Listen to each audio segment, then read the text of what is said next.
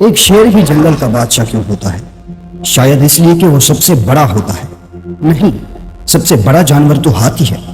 پھر شاید شیر اپنی تیز رفتار کی وجہ سے جنگل کا بادشاہ ہوگا؟ وہ بھی نہیں، کیونکہ سب سے تیز تو چیتا دوڑتا ہے۔ پھر شیر جنگل کا بادشاہ اس لیے ہوگا کہ وہ سب سے زیادہ شاطر اور سمجھدار ہوگا۔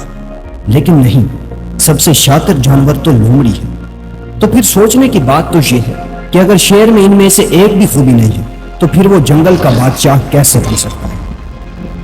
نہ ہی وہ سب سے تیز ہے، نہ ہی وہ سب سے بڑا ہے، اور نہ ہی سب سے شاطر ہے، تو پھر کیا وجہ ہے اسے بادشاہ بنانے کی؟ صرف اور صرف اس کی سوچ۔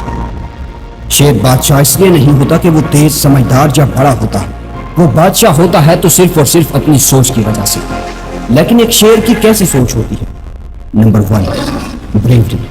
اگر ایک شیر کو کبھی 10 لکڑ بھگے بھی گھیر لیں تب بھی وہ کبھی ہار نہیں مانے گا۔ وہ اپنی آخری سانس تک لڑے گا، اپنے خون کے آخری قطرے تک لڑے گا، لیکن کبھی بھی کسی بھی قیمت پر وہ اپنی ہار تسلیم نہیں کرے گا۔ بے شک آپ کسی لکڑ بگوں کے جھنڈ سے نہ گھرے گا، لیکن آپ کی زندگی میں ایسے لوگ ضرور ہوں گے جو آپ کے زندگی میں کچھ بڑا کرنے کے یقین کو توڑنا چاہتے ہوں گے، جو آپ کے کسی سپنے پر یقین نہیں کرتے ہوں گے، جو بس اسی انتظار میں ہیں کہ کب آپ ان کے سامنے اپنی ہار قبول کرتے ہو۔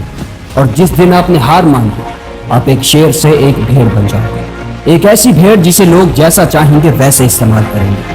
لیکن اگر آپ لڑو گے، اس زندگی کے لیے لڑو گے جو آپ جینا چاہتے ہو، تو آپ کے راستے میں آنے والا کوئی بھی انسان آپ کو روک نہیں پائے گا۔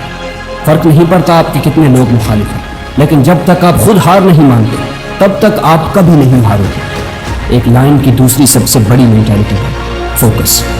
ایک شیر کبھی بھی اپنے شکار پر ایسے ہی نہیں جھپٹ پڑتا، بلکہ پہلے وہ اپنے شکار کو دیکھتا ہے، اسے پرکھتا ہے، اور اس وقت اس کا سارا فوکس صرف اور صرف اپنے شکار کو دبوچنے پر ہوتا ہے۔ اگر اس وقت ذرا برابر بھی وہ ڈسٹریکٹ ہوا تو اس کا شکار اس کی آنکھوں سے اوجھل ہو جائے گا۔ زندگی میں آپ کا جو بھی شکار ہے، آپ کی جو بھی منزل ہے، آپ کے جو بھی گولز ہیں، تو اپنا سارا فوکس اور ساری انرجی صرف اور صرف اپنے گولز پر لگائیں، کیونکہ اگر آپ ذرا بھی اپنے گولز اور اپنی ڈیسٹینیشن سے ڈسٹریکٹ ہو گئے تو آپ اپنی منزل سے کتنا دور ہو جائیں گے آپ سوچ بھی نہیں سکتے۔ اس لیے پہلے ایک لائن کی طرح سکون اور اطمینان سے اپنے سارے فوکس کے ساتھ اپنے گولز کو پرکھو، ان گولز کو حاصل کرنے کی پراپر پلاننگ کرو، اور پھر صحیح وقت آنے پر اپنے ان بنائے گئے پلانز پر ایکشن دو۔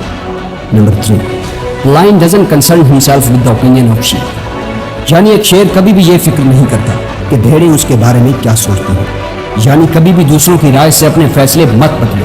میں یہ نہیں کہہ رہا کہ کبھی کسی کی بات ہی نہ مانو، نہیں، بلکہ جب لوگ آپ سے یہ کہیں کہ تم کر کیا رہے ہو، یہ تمہارے بس کی بات ہی نہیں ہے، کبھی بھی ایسے لوگوں کی باتوں سے ڈی موٹیویٹ مت ہو۔ یہ ایسے لوگ ہوتے ہیں جنہوں نے خود تو کبھی کچھ حاصل کیا ہی نہیں ہوتا، اور پھر ان کی کوشش ہوتی ہے کہ وہ دوسروں کو بھی کچھ حاصل نہ کرنے دیں، اس لیے وہ ہمیشہ ناکام ہی رہتے ہیں، کیونکہ a sheep never leads and lion never follows۔ ایک بھیڑ کبھی لیڈ نہیں کر سکتی اور ایک شیر کبھی فالو نہیں کر سکتی۔